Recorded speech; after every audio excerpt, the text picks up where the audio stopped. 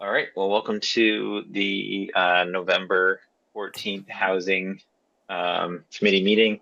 I know this month and next month we have our meetings on kind of off days and times due to the holidays. So they fall right in the Thanksgiving and Christmas week. So there's just a unique date for both. Um, all right. So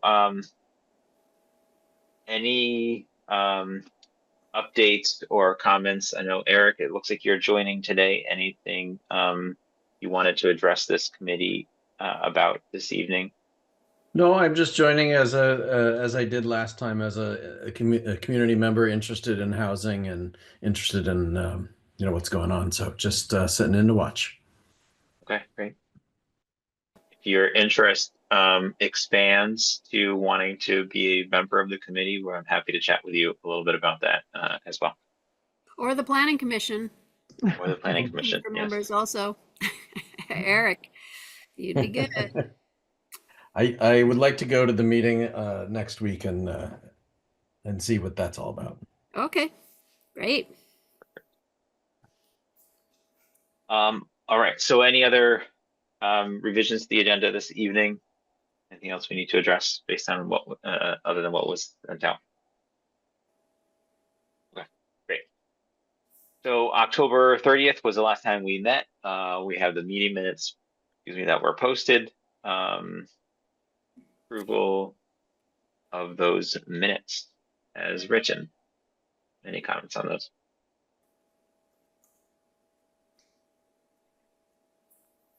All right, other than logging the time. And I think I was going to say, Connie, is there not a Yeah, timer? I've got it. I've got got it. Yeah, Okay. I'm on it. Thought there would be a timer somewhere that says how far into the meeting we are. Help you. You would think, but not yet. Okay. All right.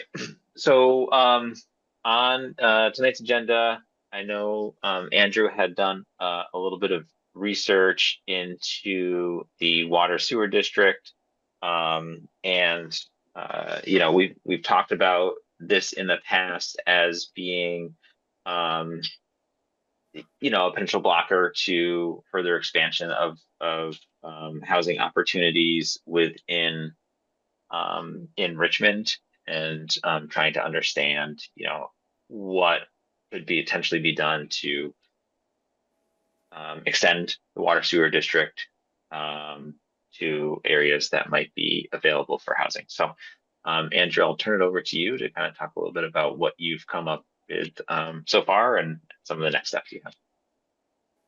Thank you. So I guess really water sewer is a very kind of multi-pronged, complicated component. There's a lot of different community factors, a lot of different Richmond town processes and systems that I'm not fully educated on that would apply.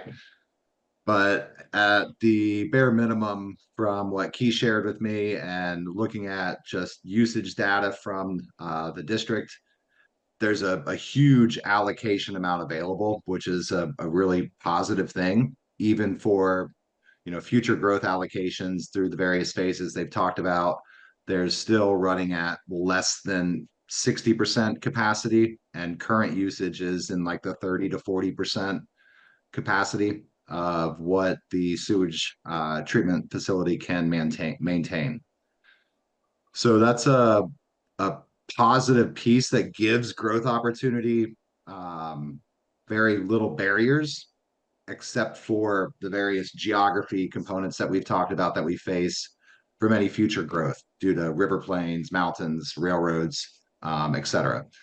So I do know the water district, there's still in their minutes, still conversation, chatter about what something would look like through the corridor leading towards the interstate. And from speaking to a couple developers, it doesn't seem like there's many other areas that would really be reasonable options. Really because of the complicated process and the challenging process it is to apply for and or expand into an area. You don't have any power or control as like an expanding party. It all leans within the current users of the water district. And when I spoke to Josh Arneson, he's like, it's basically a don't pass go typically at any discussion there's been in the past. Folks in my neighborhood have approached the Water Sewer Commission and also Josh and other folks in the past about what it would look like to expand into Southview and Hidden Pines and Mary Drive, especially with all the stormwater issues and chatter and improvements that are now needed due to EPA changes and pressure. It's basically the water district gets to vote first if there's any expansion. And if it doesn't pass, it doesn't pass. That's it. If it does pass, then it moves to a joint vote between new users and the current district. And again, it has to pass. And the burden of the cost ends up on the expansion area. So if you think about anybody, even if they're relatively close to any line, which the bottom of Southview is, it's not a large amount of infrastructure, but it's still costly. So especially with road improvements that would follow. So the whole bond, the whole cost rides on the 50 homes that perhaps might be willing to tie in a neighborhood like this, or really any other future type of neighborhood. And the numbers become, $250,000 per house over a period of X number of years with interest, or $150,000 per house, which simply isn't feasible from like a water sewer bill over a period of time, not even counting usage. So that's where it gets like convoluted, because other districts don't have that same philosophy or approach. And we can't solve that here, but it's something that we kind of have to work around and or think about. Is like other districts, it's not a vote just within the users. And it's not a cost share strictly on the new users. They share the cost on the expanding district. Each shareholder, they may see a rate increase, or there'll be another line item on a budget for a bond that's paid over 5 to 60 years. But it's kind of the common good approach, where it's only a matter of time until our infrastructure needs multi-million-dollar improvements. Looking through the past 10 years at water and sewer, there's been already 5 or 6, $1 million plus improvements that have been needed to different lines, facilities, pumps, and they're burdening that sole cost on a very small district. So when there's wide scale work that's done, it seems like it's going to be a very costly improvement that's going to fall on the shoulders of a few. So finding a way to grow that district, coupled with anticipating where that district might grow to, and trying to build zoning laws that would encourage people to, for a lack of better terms, on speculation, acquire property there, could be very helpful. The numbers I have on usage are from 2023, and the other factor is you're required to do expansion of your systems once you hit 80% capacity. And the 80% of capacity in Richmond is a 0.1776 value. And the average flow currently is a 0.73. So it's about 40%.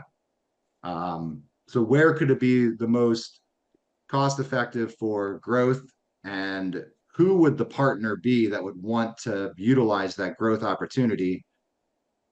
Who's that out there from a private perspective that would be willing to kind of shoulder some of the risk? Because there's no reason why the water district would say, sure, we'll expand this way, and there's no future projects. It just doesn't make sense. There's nobody out there to pay that bill. Does that make sense? So that's my 5-minute soapbox on those pieces. Are there any kind of questions or comments or feedback or directions you'd like me to talk about? Well, Go ahead, Virginia. the thing that I have always not really understood is why it has to be that way. I mean, in the ordinance, I think it's the 1992 allocation ordinance that says that the current users are not to pay for expansions. But that was something that was decided by a select board in 1992. So why is that not possible to do something different? I mean, it may take a campaign to allow the town to put money, I mean, many communities, the town puts money into the water and sewer system, and that encourages developers to come, et cetera. So why is it not possible to think that we might change it? I mean, you go and talk to anybody like Josh and they say, well, that's the way it is, but it's not like that's some kind of deep principle. It's just what was decided at that time. And it may need a campaign, obviously, and it may need some town commitment rather than, just saying to the current users, well, sorry, we've decided you're going to have to chip in. But, maybe a town-wide bond or something. I mean, there's got to be a way that we can not have that system anymore, because it seems ridiculous. There will never be any more users. And as you say, when it comes time to do any maintenance work, that's a ridiculously small number of people. Every new user helps with the costs for the other people in the end. So, I don't know. It's always bollocks to me why we have to think that that is just the way it always has to be. I would 100% agree. It's simply the way it is now. It would have to, Yeah. you're right. It's a campaign around education, and it's how many people show up at a town meeting to vote. And a lot of those people are very likely water users that's like you run into a brick wall with it. So I think if there was like a concept around, okay, if we come, because I know there was so much drama when they wanted to expand through the Gateway District, that ad nauseum people thought about, and it died. But that's the only, just looking at basic topography map, that's the only area that makes reasonable sense in the medium term, to find a way to alter the bylaws basically of the water district, because that's can Richmond can't supersede. You're saying that Richmond find a way to contribute dollars, or can they go to the water district and say, sorry, this isn't the way that we want to operate anymore, you got to make some changes?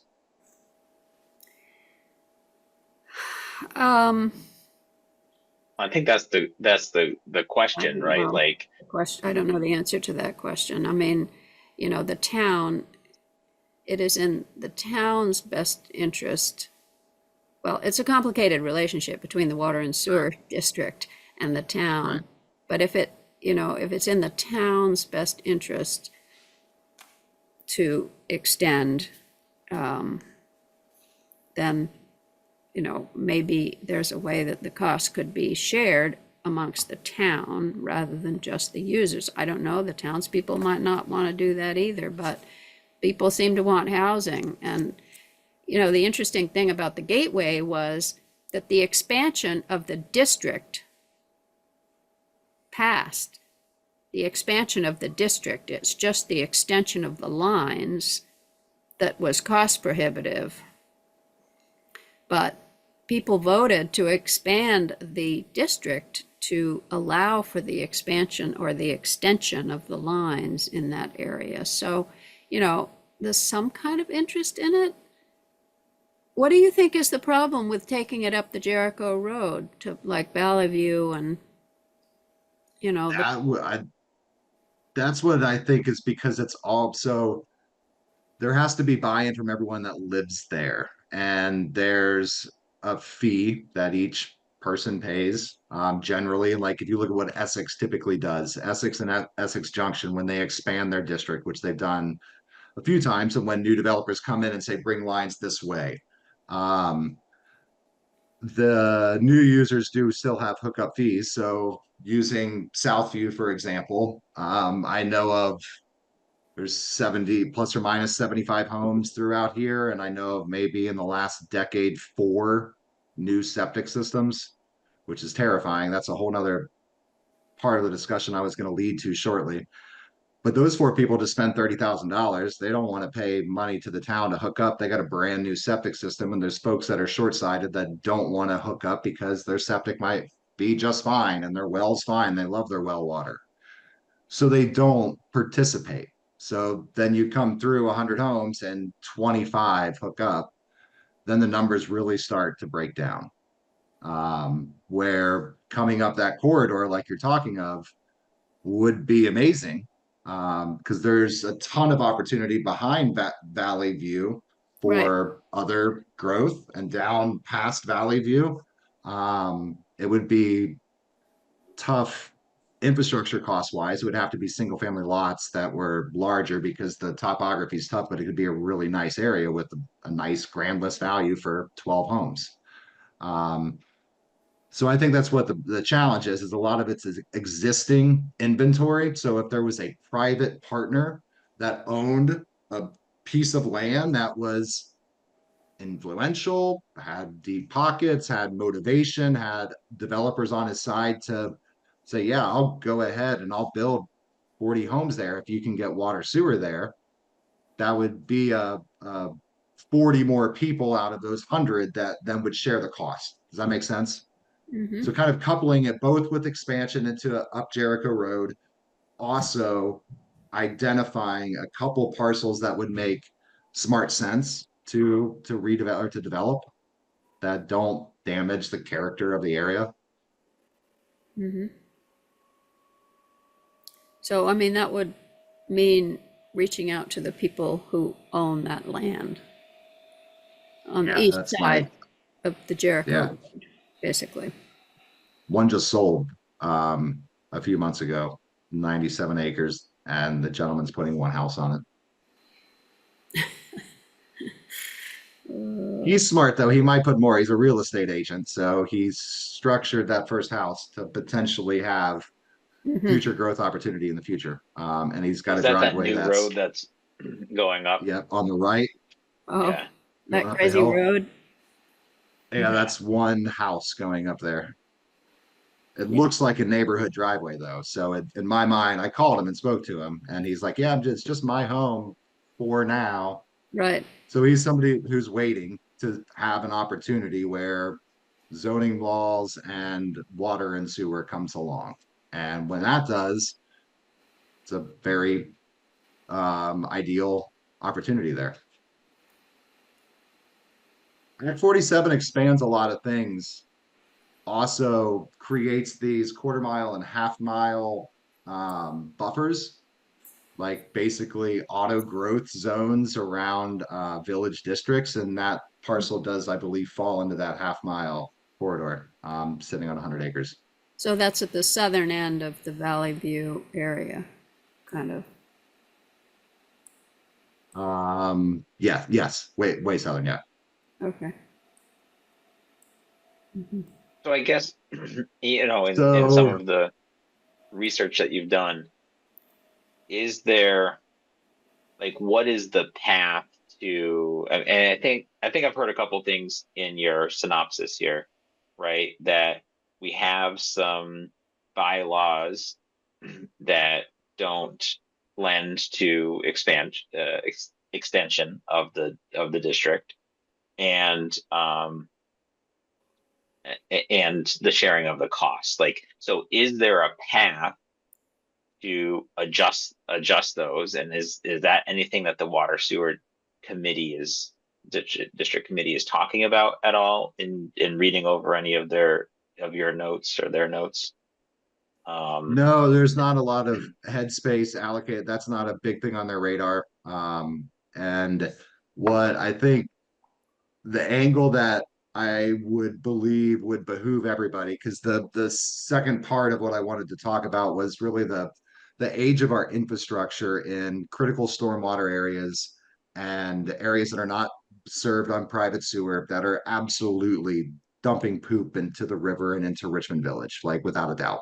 Um, the housing stock, when you start to go up Jericho Road and also out on Cochrane and up through Hillside and Cemetery and Hillview, it's all of it is really at really ripe ages for most of these, I went through as far back as the online wastewater permit process applies, which is into like clean slate era around 2006.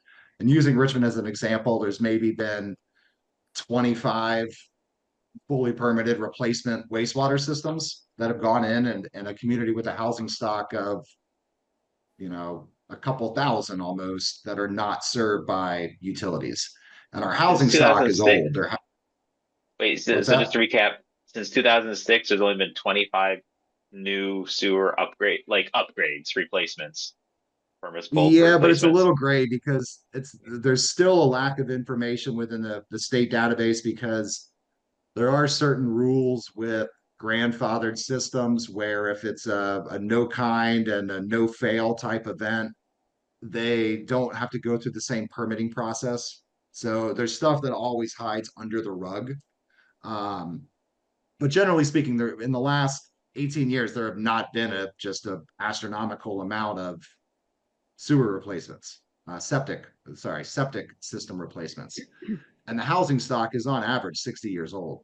Um, and most of those properties are sitting on 40 to 60-year-old septic systems that are definitely not operating. You walk through certain neighborhoods. I walk a lot of land. I view a lot of homes, and you can smell it in certain areas where you're nowhere near a water sewer district, and you can smell sewer because a neighbor's got a failed leach, and and they don't do anything. They don't know. Often they don't even know because of how separated and disjointed some parcels have with pump stations and locations of leach fields. They probably don't know that it's failed. And when there's all this heavy rain as a factor of, climate change and increased pressure on our topography with water rushing everywhere, we've seen what happened with like that culvert along the gateway corridor there that's flooding the farmer's field now. That wasn't always like that. And a lot of that has changed from topography through the Southview neighborhood, which is why they're on Southview's butt for stormwater. And that's just seeping right in. I mean, it's so the age of the non-sewer users infrastructure is also extremely old. And our current sewer system is one extremely old from a use perspective. They got like a 20-year use cycle. So it's a perfect opportunity as the town plan comes out and highway reconstruction goes on, bridge replacements occur. It's a really great opportunity to think about what it would look like, because if there's a certain percentage of homes with failed septic systems within a certain radius, the federal government will provide money for sewer and or water expansion. So that to me is one of the more pragmatic and affordable ways to campaign, Virginia, and speak with people that are relatively close enough to the water sewer district that are sitting on homes that are 60 to 120 years old, and talk to them about, hey, like, have you had your septic inspected? If it fails, did you know if X number of users in this area have to replace a system, the federal government will kick in X% depending upon the area and then the number of homes that are impacted by that. Same thing with a dry well. Southview, I know of 7 homes, including my own, that run out of water. I run out of water 10 times a summer. And it wasn't like it when I bought this home 8 years ago. I had never ran out of water once. So in the last 3 years, we've run out of water every single year. And I know of like 7 neighbors. Somebody next door spent $25,000 on excavation and fracking and a cistern system because they too run out of water on a regular basis. That would bring water in from a federal perspective, and a copious amount of failed septics would also kick in federal funds for failed wastewater systems and to bring sewer, not to replace the septic. So that's interesting. Interesting. There's an opportunity to help find the money to Yeah. close the gap because Virginia, it's far to get to Hidden Pines, to run all the way up through there. That's a long run of, Mm-hmm. it's got to be a mile and a half to get from Southview up that, and that to bore that road that they just paved would be costly, millions and millions of dollars. Mhm. And do you know if this water, the capacity of the water of the well in Richmond, the water system, is there excess capacity there also? Yeah, it's a good question. Let me see what this here is. Is the water come from a well for the city system, or is it coming out of the Winooski, or? No, it comes out of a well down near the Winooski, down near Okay. the Red Bridge, you know, just beyond the Red Bridge, south of it.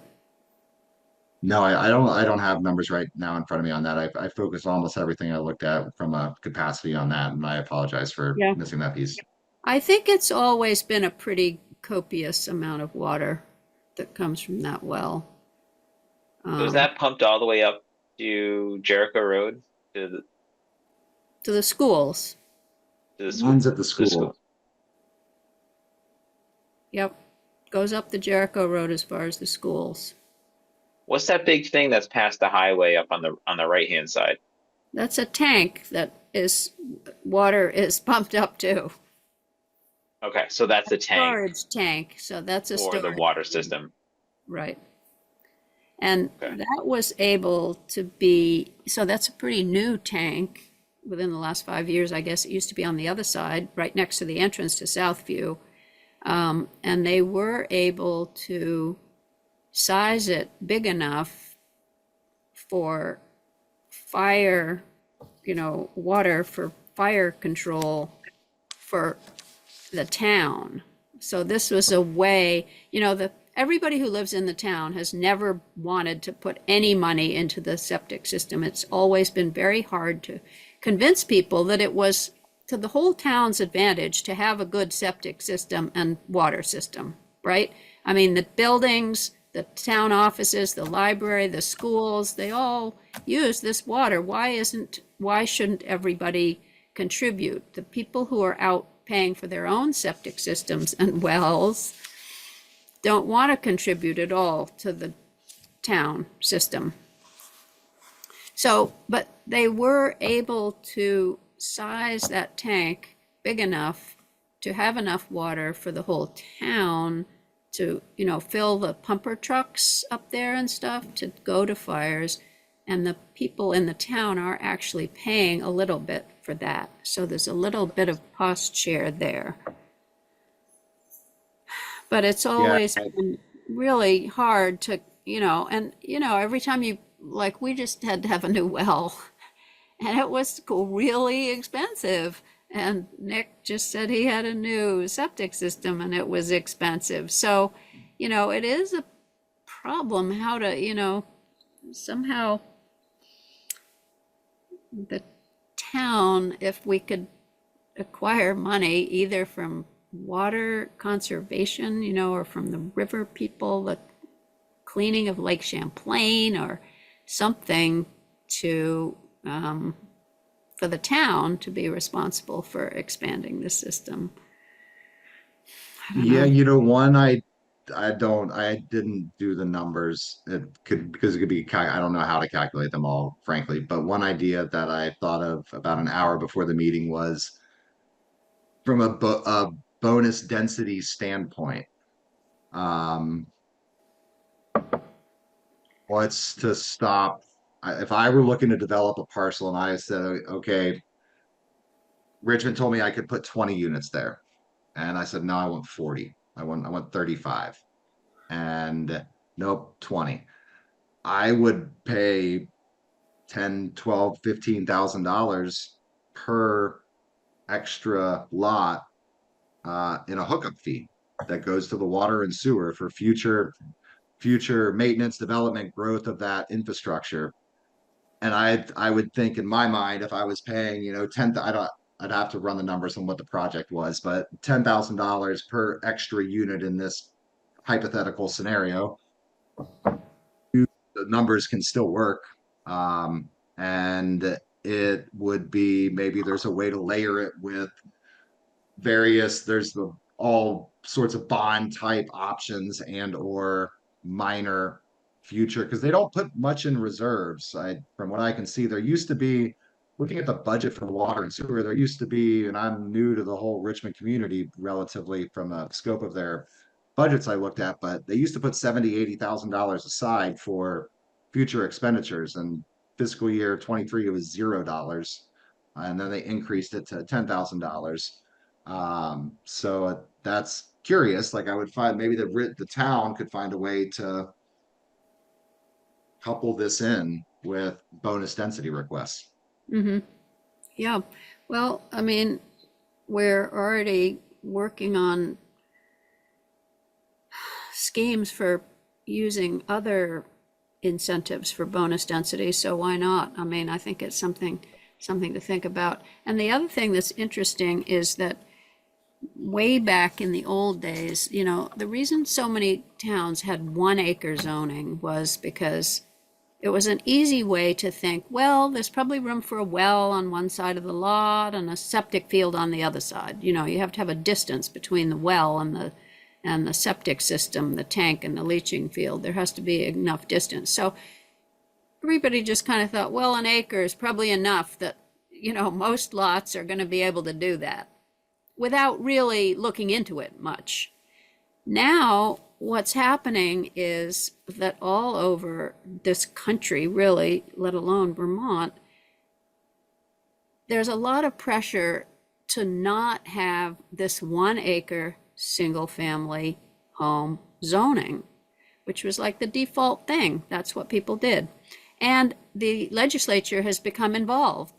They're meddling in our zoning and saying you have to put, you know, you have to have 0.2 acres as your minimum zone in your water and sewer district as your minimum lot size.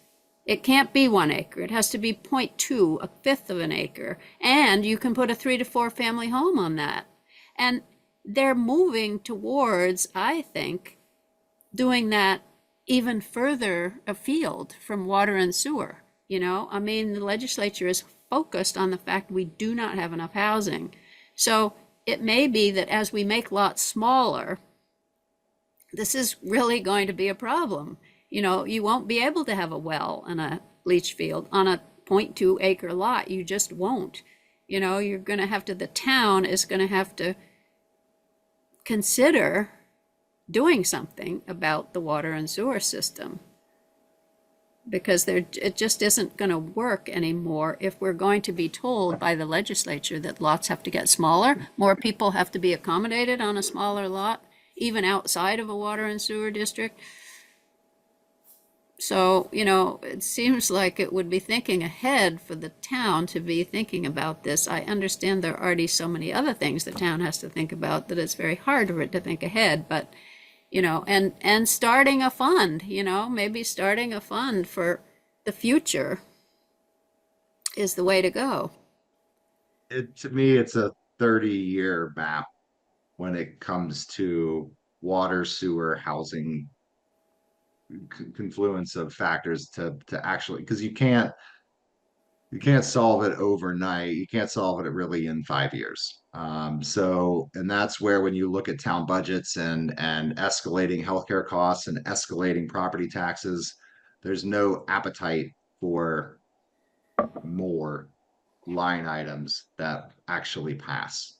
So who's the private public, what's the private public partnership that makes the most sense to utilize private money so the town doesn't have to fork over a larger portion that will run into resistance just from a dollars and cents on a budget vote. Andrew, Because yeah, I don't want to like go to every issue in the town, every challenge we've had voting, but the town center to me is another ripe example. And I'm not surprised that frankly it didn't pass because it's really, I know there's problems with that building. It's hard to wrap your head around investing $10 million, even though it's not all cash up front in the small towns building. My gut always went to, okay, well, what would it look like if the town sold that and became a preferred tenant for 30 years that got a $1 a year rent for handing the property over to a developer who had the bankroll and the financing to make it flood resistant and add units that were or modify the units there that made sense to rent to the same tenants. And the town got free rent for this great opportunity and the tax bill went away. And they also got to do XYZ. I don't know, who knows how that could all work. It seems not from a budget perspective smart to overinvest in small areas. I think it needs to be spread out. And this helps, like you talked about, Virginia, shouldn't everybody in the town, every stakeholder have a piece of pie in the puzzle? So because they're all getting the benefit of it. So I get the sense that there are ways to put the water, sewer, housing puzzle together. But what there isn't right now is like one or two or three business cases that say, if we had these changes to the bylaws and we had these changes to, what the zoning was. So like you have the law piece or ordinance piece or whatever the bylaws are, and you have the part that has to do with zoning ordinances, and then you had the part that had to do with this amount of public investment and this amount of private investment, then you would get the following benefits. Decreased costs to the water system users, for example, capacity to expand and add yet more housing to spread the costs even further. That even if you don't have like very precise dollar amounts, having a general picture of what these activities collectively produce, that's a benefit to the town, as well as some costs or liabilities. I mean, there's a balance to everything, then produces something to have a conversation about. In other words, Andrew, I think you're exactly right. Now, how do you turn those ideas into something that looks like one or two or three packages that people could say, okay, now I see a bigger picture with a more complete assignment of costs and benefits.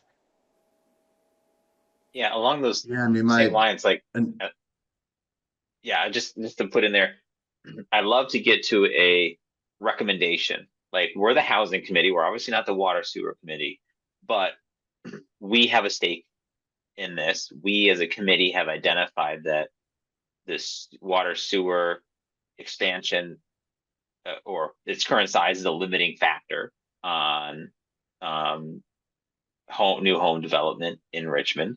And so what could we do to either support that effort or recommend to the town? So back to that strategy document, right? We had identified water sewer as like this area.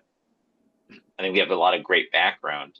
How can we turn that into, are there 2-3 recommendations, kind of what Connie was mentioning, that we could say if the town was to invest, and this doesn't have to be this year, it could be over this horizon, right? This would have a positive impact on housing development in Richmond. So I'd love to get to that point, right? Like, what are our recommendations? is that a question directed to me? My recommendation? Well, I guess you've done the research, so I would love to hear your thoughts if there's recommendations. Like, what could we put down pen to paper, but also like just collectively here, what could we put on paper, right, as our recommendation as part of this like report we're building. Where opportunity lies, money follows. So I strongly believe, looking at Richmond from 60,000 feet, the best opportunity for the 30-year growth cycle and what Richmond could grow into is expansion through Gateway and creating a zone. And I don't know the town guts of this is the only town committee I've ever served on in my life, but creative zoning, structuring zoning through the Gateway that's unbelievably beneficial, where it's right on the interstate. So everybody that I speak to in real estate, they love Richmond. Everybody wants to be here because it's close to nothing and convenient to everything. And the convenience of 89, then it lends itself to people from below Montpelier all the way up to St. Albans is remarkable. Everybody chuckles and jokes. Middlesex has more activity off the interstate than Richmond does. There's a gas station, 2 gas stations. Everywhere else that you really travel to, generally speaking, has growth right at these hotbed corridors where there's public bus transportation, park and go, a park and ride transportation, bus transportation. There's just not sewer and water. So there's no opportunity for commercial. There's no opportunity for a hotel. People would go up in arms if a hotel went in, but in 30 years, it might be needed. So whatever that package looks like, my recommendation would be to dive hard into what does our town plan look like in 30 years with this strip of land tying in the mobile park eventually to that corridor, because it makes perfect logical sense to tie that part of the community into the rest through the gateway with all the cost prohibitive things people have talked about in the past, a public transportation route on foot, bike path, whatever it is that connects the downtown corridor out to the mobile. It's been a hot button topic that was talked about and fell apart. But eventually, if the zoning bylaws are there and the opportunity for sewer expansion is there, somebody with money will come and will invest in the right project that would aid ourselves in getting to this finish line. I don't know where else I could possibly, sure, expansion up Jericho Road would be great. It's a mountain, but there's watershed, water runoff, stormwater control. It's not ideal for growth. It's ideal for a PUD to put 12 homes on 25 acres. That's what it's ideal for. That doesn't move the needle much, I don't think. And to get there, like, I mean, is part of the recommendation to look at our current bylaws for the water sewer district and recommend changes there, right? Like, we've talked about, this is a big mountain to climb. If only those that currently use the water sewer are to vote on something, and then those that are getting the new expansion or extension have to pay for it. Like, to me, that seems like we need to recommend that changes, right? That process changes. It sounds like that passed from what Virginia said. The expansion passed before, but the cost was too prohibitive, correct? Yeah, well, so, the impediments to the gateway, which has been in the town plan, at least the last 2 town plans have put as a 16 goal years. to pardon me? That's 16 years, right? Every 8 years Right. of the town plan. Yeah. To expand water and sewer out into the gateway. It's been in the plan for a long time. Anyway, so this is the nearest we've kind of ever gotten to it, where the district was actually expanded, the boundaries of the district. So the impediments. There's the land along the gateway is actually not great land, sandwiched between the interstate and Route 2.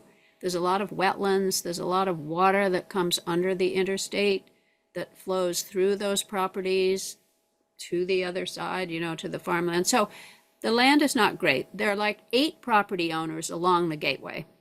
They could not possibly pay for the extension, even though some of them want it. Some of them think they don't want it because they think their septic is fine, but we think it's just flowing across to the farmland on the other side.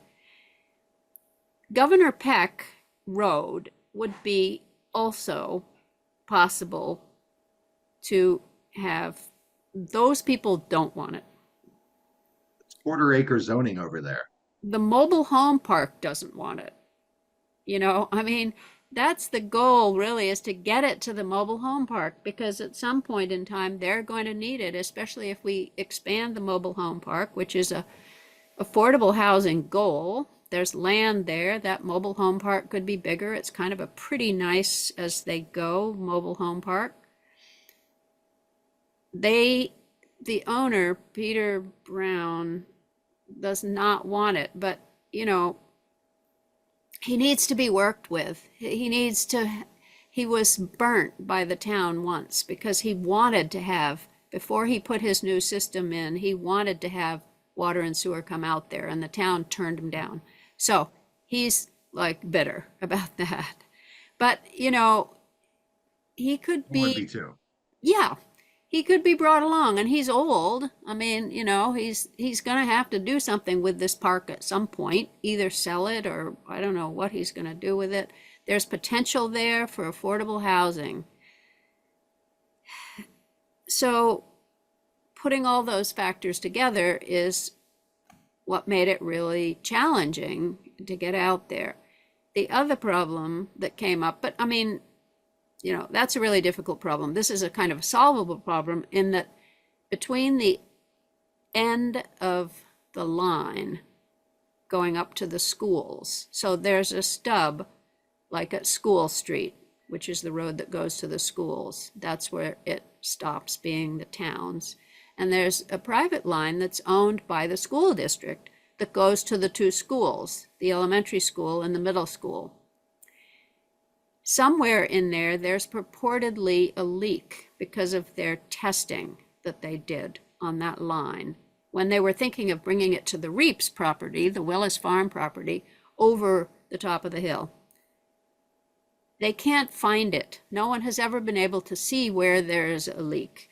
The school district doesn't want to do anything about it because they don't think there's a problem. The town would like to take over that, but they're not going to take it over if there's a leak. So there's this kind of crazy stalemate between the town and the school district and the people on the other side of the hill where that line could go, because there may or may not be a leak. Nobody wants to spend the money really to do the testing that would be required, or they've done some testing and it's inconclusive. So that seems to me like a solvable problem. You know, that's like an engineering problem of some kind. The financing piece is the difficult piece. I mean, that's where those few residents who live along there just can't pay for it. So, you know, I mean, the zoning has been liberalized to a certain extent, which we did at the time we thought we were going to be able to get water and sewer out there. It could be liberalized further. I mean, we could make, if we thought that that land would actually hold a lot of density, it's kind of weird land if you walk it. There's just a lot of wetlands and stuff. Or if we thought we could actually get to the mobile home park, you know, maybe we need to be holding Peter Brown's hand and really talking to him all the time. I mean, this is the way the Richmond Land Trust gets their land that is conserved, is they talk to these people all the time. They develop a relationship with them, a personal relationship. They talk to them about their goals and their, you know, like, it's really something that we have on the Planning Commission often thought that we should do. And even on this committee, talking to the Far Farm, you know, we need to be talking to the Far Farm about their future plans, you know, what could go to the Far Farm, because the water and sewer is actually out there at the Far Farm.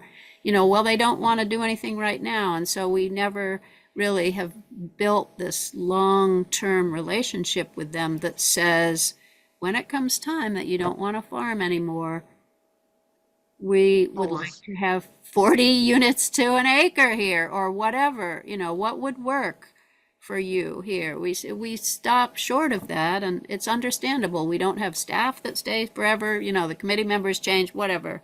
It's just hard to build those kind of relationships that might actually make these things work.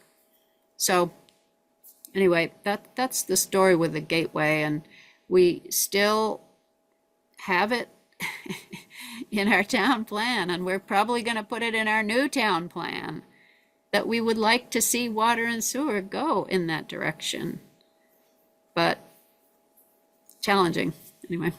So what I've seen play out in, for instance, Winooski and Burlington, which will never be, but it's a very good example of how the money that I'm talking about, how the investors I'm talking about think and review something like this. There was one of those 8 homes you're talking about was just on the market for sale.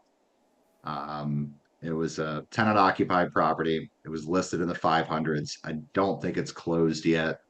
But it was like a 2.5 acre parcel, two plus acre parcel.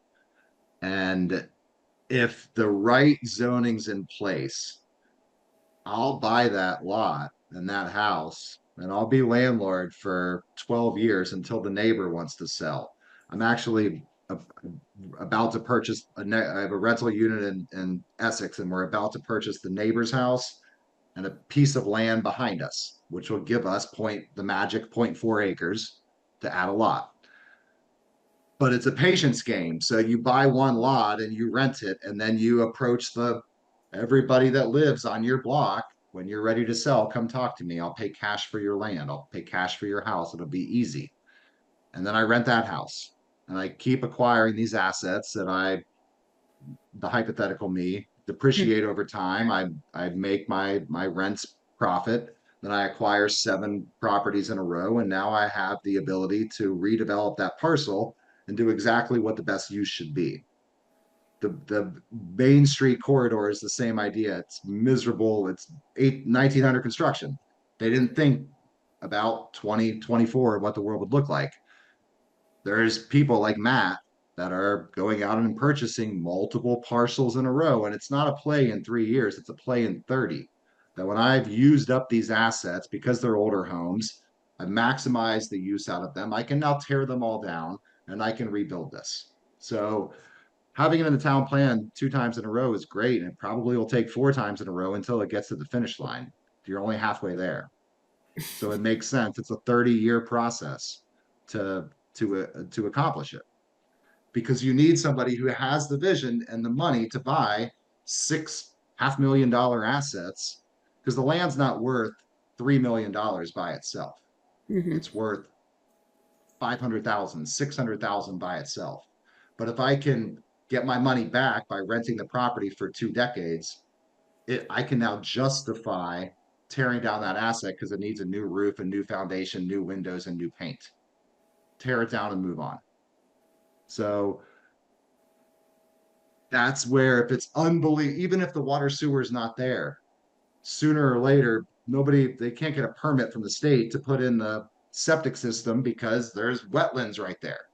They're not going to be able to develop it until it gets to the end line and somebody comes in and takes that approach.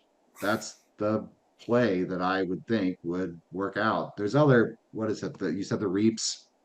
I mean, I'm sure they love that line to come right down the hill and connect in their backyard. Yeah, I mean, and a grant was obtained and to bring that for a commercial purpose, I think. And I mean, it was crazy, and that was kind of shot down by the fact, well, partially by the land trust that had some extraordinary requirements that were being placed on the property that's right next to them that the land trust owns, but partly it was because of the stalemate with the line that goes across the schools that nobody seemed to want to deal with properly. You know, they don't care whether there's a leak there. It's not really showing up, but the testing shows that it's there. And anyway, you know, I mean, I hear what you're saying about it being the long game, and we can certainly try further and to liberalize the zoning out there to allow more units, and you know, that's what the state wants us to do anyway.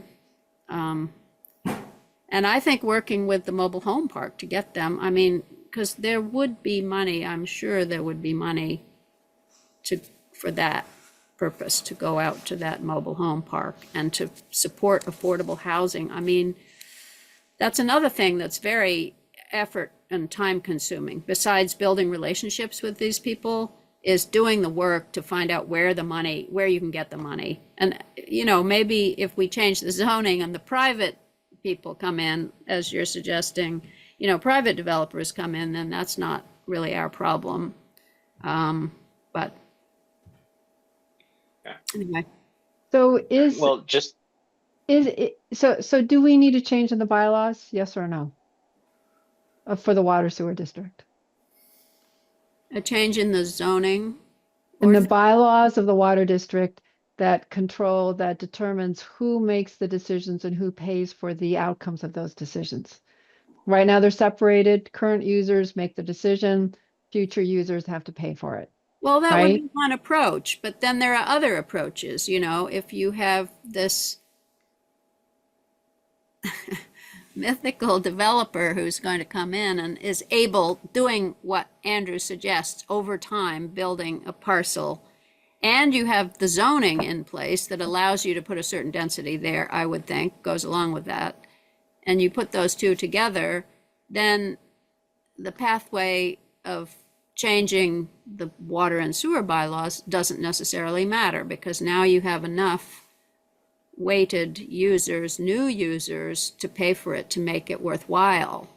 So, you know, it's just different pathways, I think, and assessing which one is the most realistic is hard, I think.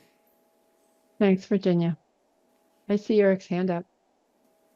Yeah, if I may comment, and not knowing what you may or may not have done in the years this committee has been working, but thinking that, have you spoken with organizations like Champlain Housing Trust or Evernorth or any of those groups that, you know, they sort of put those packages together? I think that they, you know, if they had a parcel or thought there was a workable parcel, you know, they kind of, you know, not knowing their inner workings, but their mandate is to make these types of larger scale, multi-story, multi-family projects happen.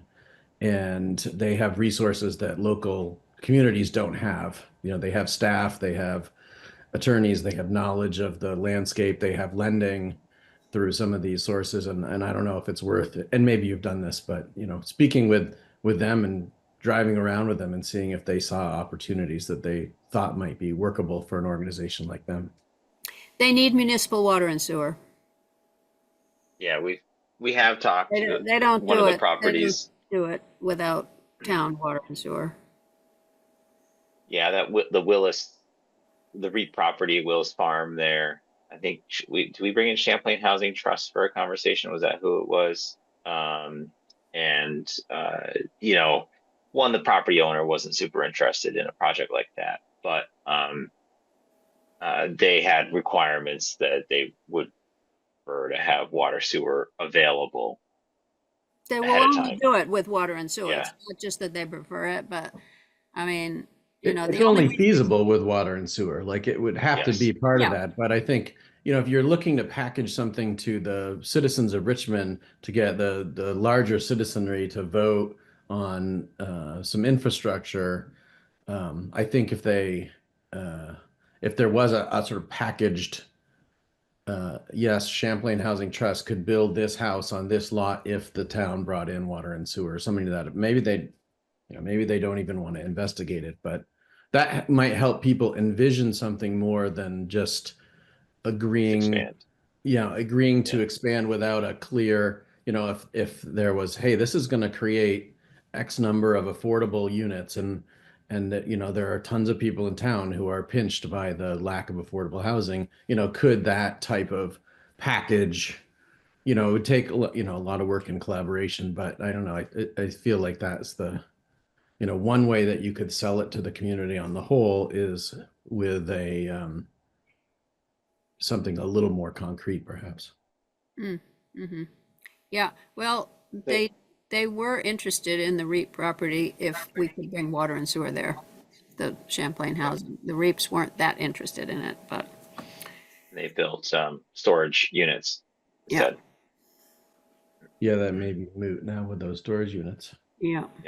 but I don't blame Okay, them. well, just looking at time, what are our next steps or takeaways from the conversation here? Like I said, I'd really like to get some of our thoughts on paper, right? I think Andrew, you had a lot of great background, and formalizing some kind of recommendation that we have as a committee to like our select board, right? How as one piece to the puzzle of bringing additional housing to our town of Richmond. So my thought is, Andrew, if you could take some of the stuff that you had written or talked about tonight and put it in that document that we have started, and then talk a little bit about like what is that tangible next step.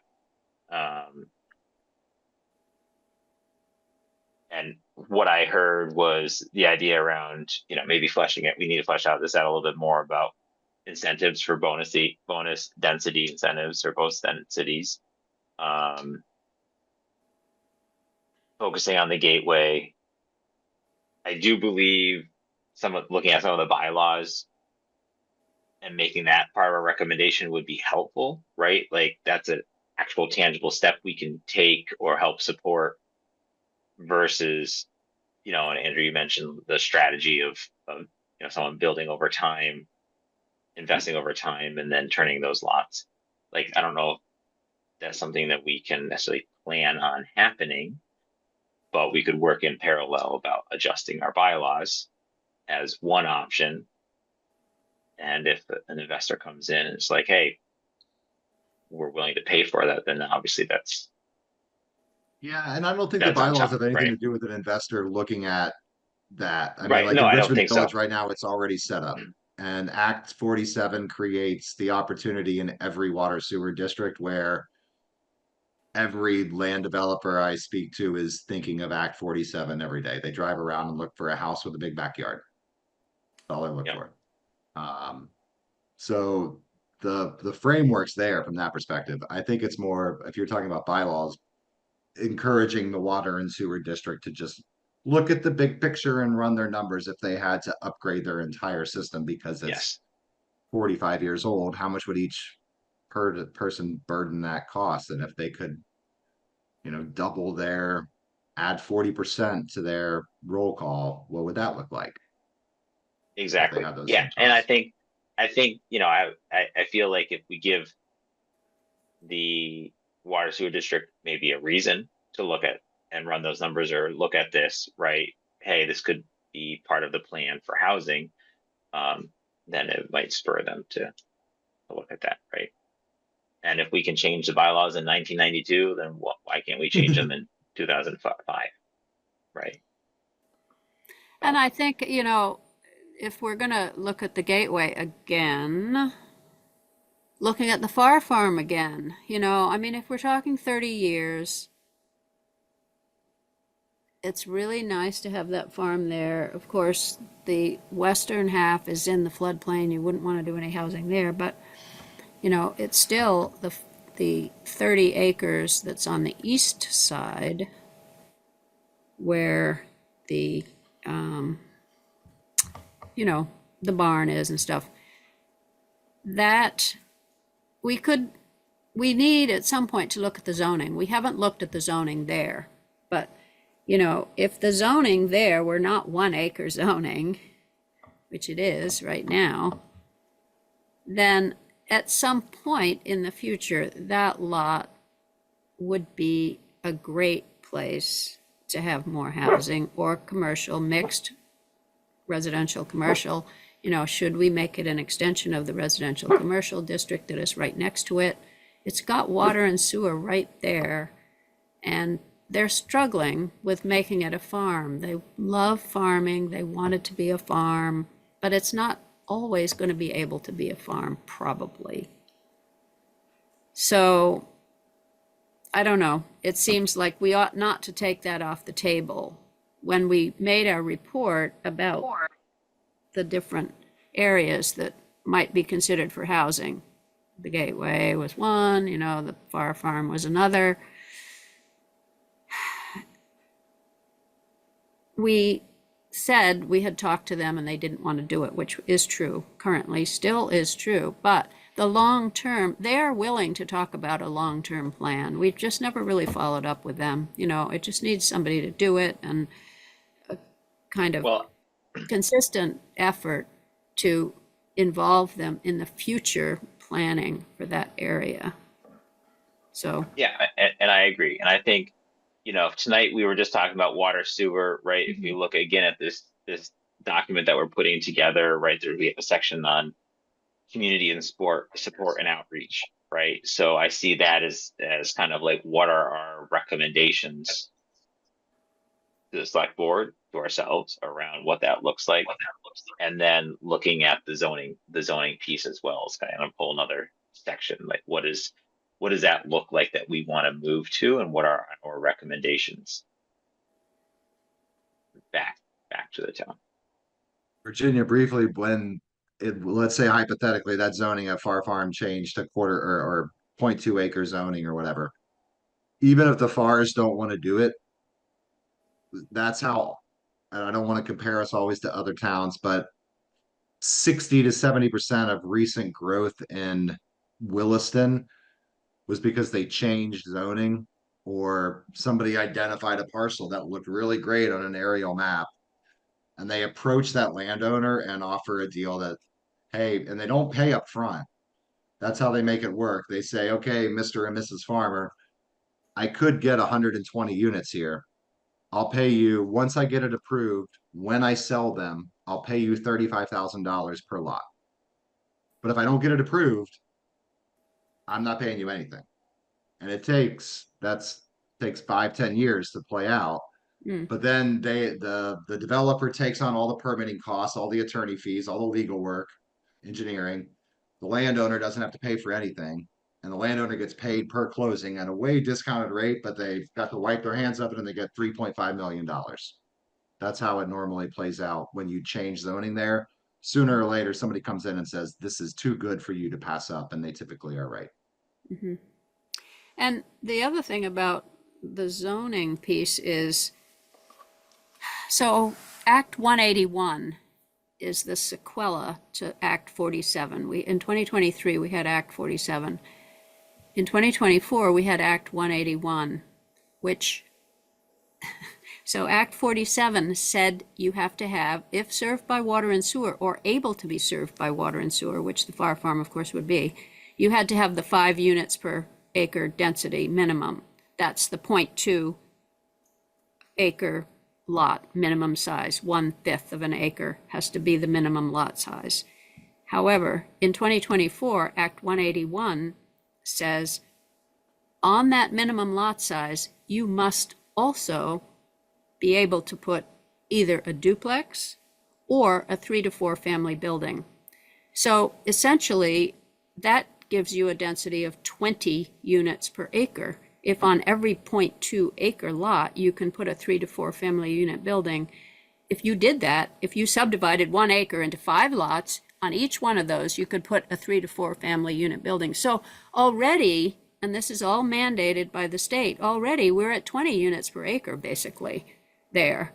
So, and it may become even more dense because they just want to get rid of density and allow any amount of density, actually, is what the state wants to do. But, you know, we're getting to a point where it's becoming like more interesting, I think, to people to sell their land because somebody could put 20 units on 1 acre, which has got to appeal to some developers, I would think. Andrew, right? I mean, yeah, but generally when you develop, you lose a ton of lot coverage with utility easements, roads, impervious surfaces. So it doesn't play out like that. That's why they do Yeah. PUDs.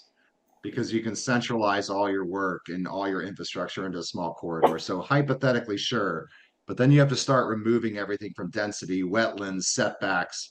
All that adds up very quickly. So they're going through it in Shelburne. Shelburne Town's fighting back.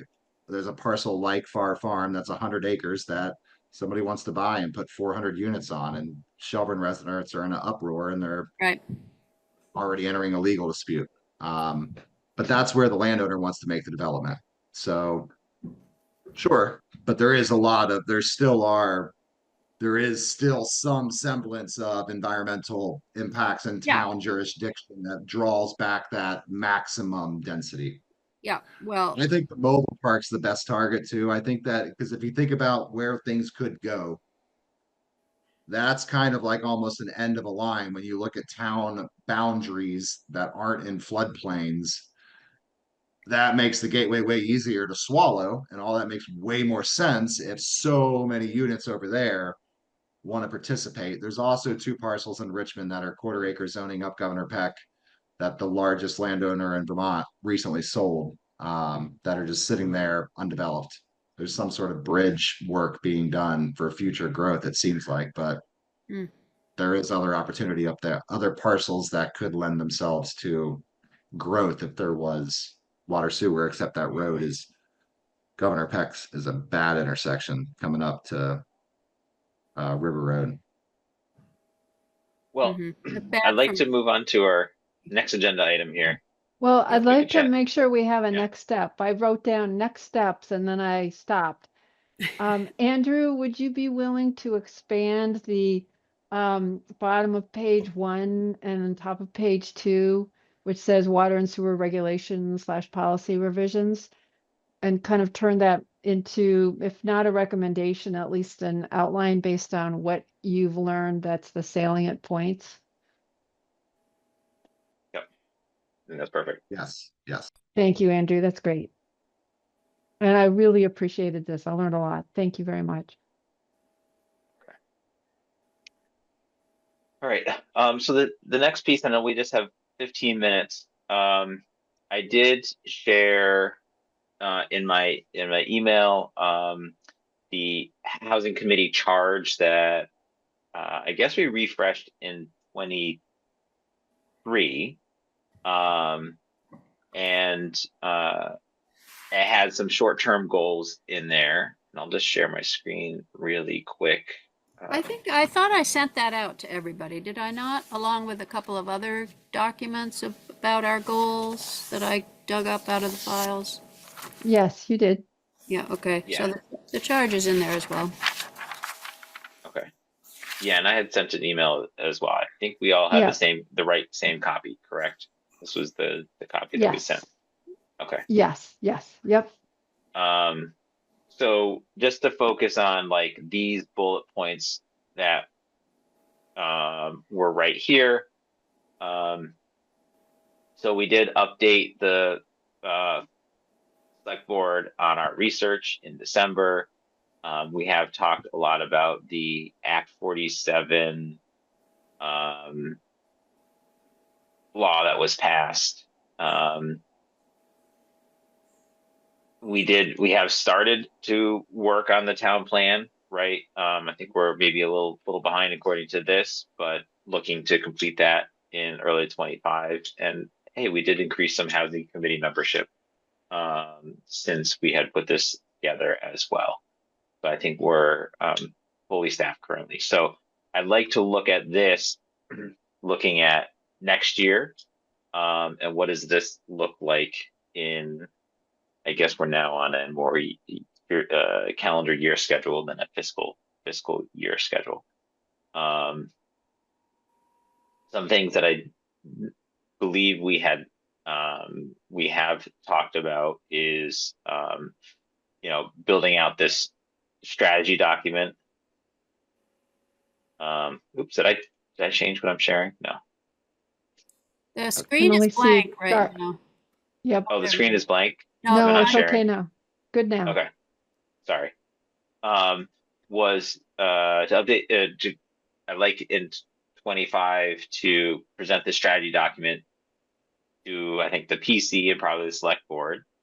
I think we've also had on there wanting to update our the metrics or statistics that we have kept apprised of. However, I think that information might have gotten lost because I don't have a copy of it, and it was lost with the updated switch from Google Drive to Microsoft Office, Microsoft OneDrive with the town. Duncan couldn't find it. Keith hasn't been able to find it. Connie, I don't know if you have any of that research that we had done in the past shared locally on your computer, or I'm Virginia. looking- yeah, I was gonna look and I didn't. All so that now stuff that the I'm looking. intern did as well. But those were the two items that I see in 25, well, I guess 3: town plan, strategy document, statistics. Yeah, I mean, I really want to put in a plug for the town plan. I think there's a lot of opportunity there in the town plan to really update the housing goals from something very general to something much more specific.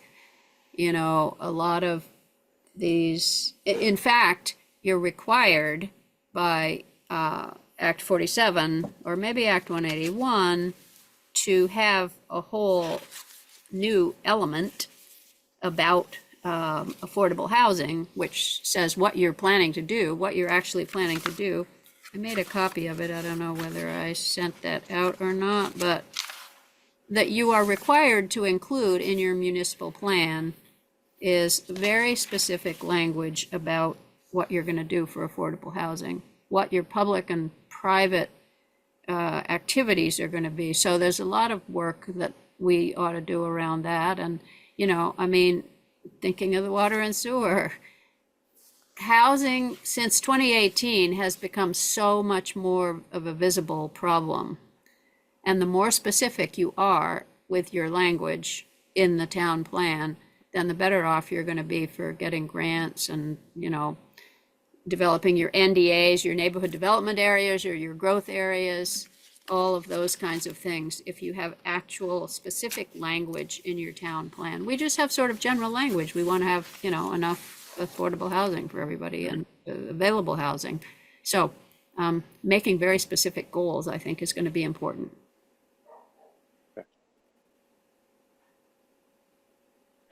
Anything else that we see as top of our list for 25? Going back to the data, I found that dated back in November of 2022, the intern's raw data Excel spreadsheet with multiple tabs in it. So I'm going to send that to you, Mark and Virginia, or I could send it to everybody. You can share, yeah, share it out, and then we'll upload it to our drive, our housing drive. Okay, and I don't know if the intern did a formal report for us. Do you remember if I should be looking for something else? She did an oral report. I don't know if she did a Yeah. written report. She reported out on it in a presentation. Yeah, and May 2022 we had Brandy's report, but I don't know that we had anything. Yeah, we have that. Yeah. And maybe some of it's archived in our meeting minutes. I don't know how far back that goes. Because some of that would have been shared in the meeting minutes, right? Right. In the And meeting post. right. So I don't have anything that looks like a formal report from the intern. Okay. But I have a ton of minutes. Like, you know, I go back to the beginning on minutes, and of course those should all be available in the town's archives anyway. But I could easily search for what she told us if that's something that would be of interest. I think more just having the data and any associated data that we have that we could then update would be Okay. helpful. All right. So I'll send that out to everybody in the committee. Is that's what you want, Mark? Okay. Yeah. Okay. All right. And definitely to update that and to make more sense out of it would be a good thing to do. Mhm. I mean, I think those 3 items would be a lot for us to set goals for next year. So So I got I don't 2 of know. them. One's the strategy document and one's the housing inventory data. What's the other And the one? town plan, Oh yeah, right. Okay, yeah, got it. yeah, or our section of the town plan, right? Housing Yes, section. yes. Is that the affordable housing section or just housing? No, it's the whole housing housing. section. And I'm just about to send out, the Planning Commission is about to send out the letter to all the committees, like we did in 2021, saying what of the goals that are listed for you in the current town plan have you achieved? What are you working on? Which ones are you working on? What are you finding difficult? What new goals do you think should be in the town plan? So this goes to the chair of each of the committees that has a section of the town plan. So Mark, you will be getting this letter that you will So excited. you will have to go through the goals in the back, the implementation table in the back of the town plan that has all the action items and all the goals for all the committees. Look for the ones that are assigned to the housing committee or any others that you think are relevant. You know, maybe water and sewer goals, I don't know, might be relevant. And do a short report on what you've already done. This is actually something that regional planning wants to see before they approve your updated plan is, well, you had these goals in 2018. What have you done? In 2021, I was quite amazed that many of the goals had been done. You know, like we set up a housing committee. Well, that was good. That was a goal that's in the 2018 town plan, is to set up a housing committee. So that was actually done, and some other things. So that's like the first step as we think about our goals and what is going to be said in the town plan. So everybody could read it. It's a really short section. The housing section is like 2 pages. There's a map, one goal, and a bunch of action items. So we need to look at that, and we need to look at the text and see what it says about, you know, we've got to really beef up the fact that it's a crisis with the housing, and that, you know, we need to do what we can. I don't know. Anything else on the charter piece? I don't know if anyone else had a chance to read through.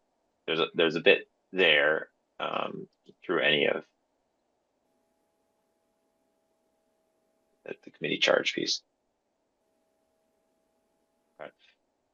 There's Yeah, nothing that was Um, wrong. The long-term goals are still pretty much the same, and there is a Yep. piece that says develop legible and effective affordable housing density bonus goals. So, you know, maybe we need to think about the water and sewer question with that. The Planning Commission has been working on a housing density bonus program.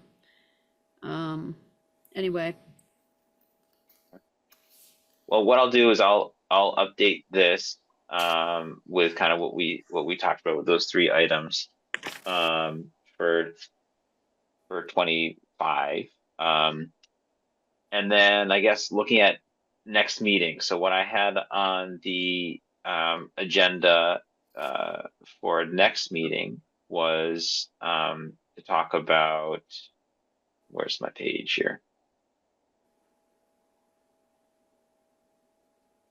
Was to talk about community development of community support. So Connie, that was kind of your section. I don't know if you would be willing to bring some thoughts and ideas to the table for us to discuss for the December 12th meeting.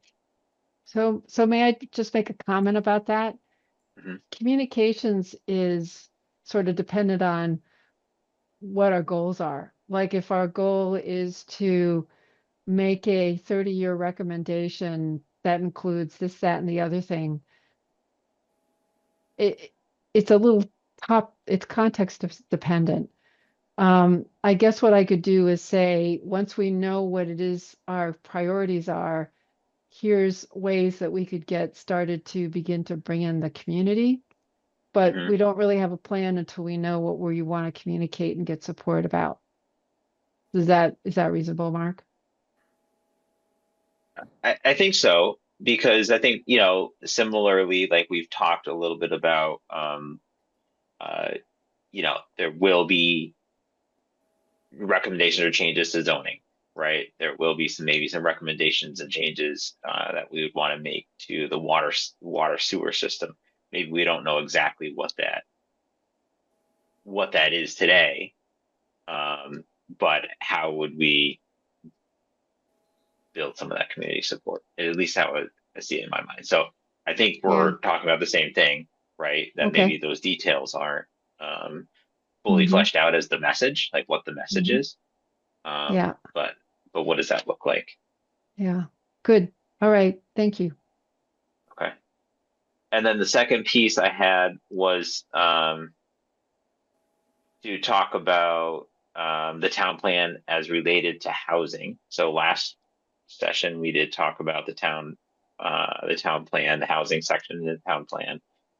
I had in my notes to for the committee members to bring like what their thoughts on what to include in that section. So maybe part of the meeting is we could review this. You know, I can try and put some notes together from your email, Virginia, that you're about to send as to what we have done, and then talk a bit about what we want to do related to housing in the future. And that next meeting is Thursday, December 12th at 5:30, and that's on everybody's calendar. I'm That's hoping. what I have here. Yep. Okay, good. All right. Any other business to talk about? Great. Sounds good. Thanks, Mark. Great. Thank you all. Yep. Appreciate Yes. it. Thanks for All your right. work, Bye. Andrew. Thanks. Yeah, Thank that you, was great. Andrew. That Thank you was for the great. overview. Right. Bye-bye. Bye. See you all later.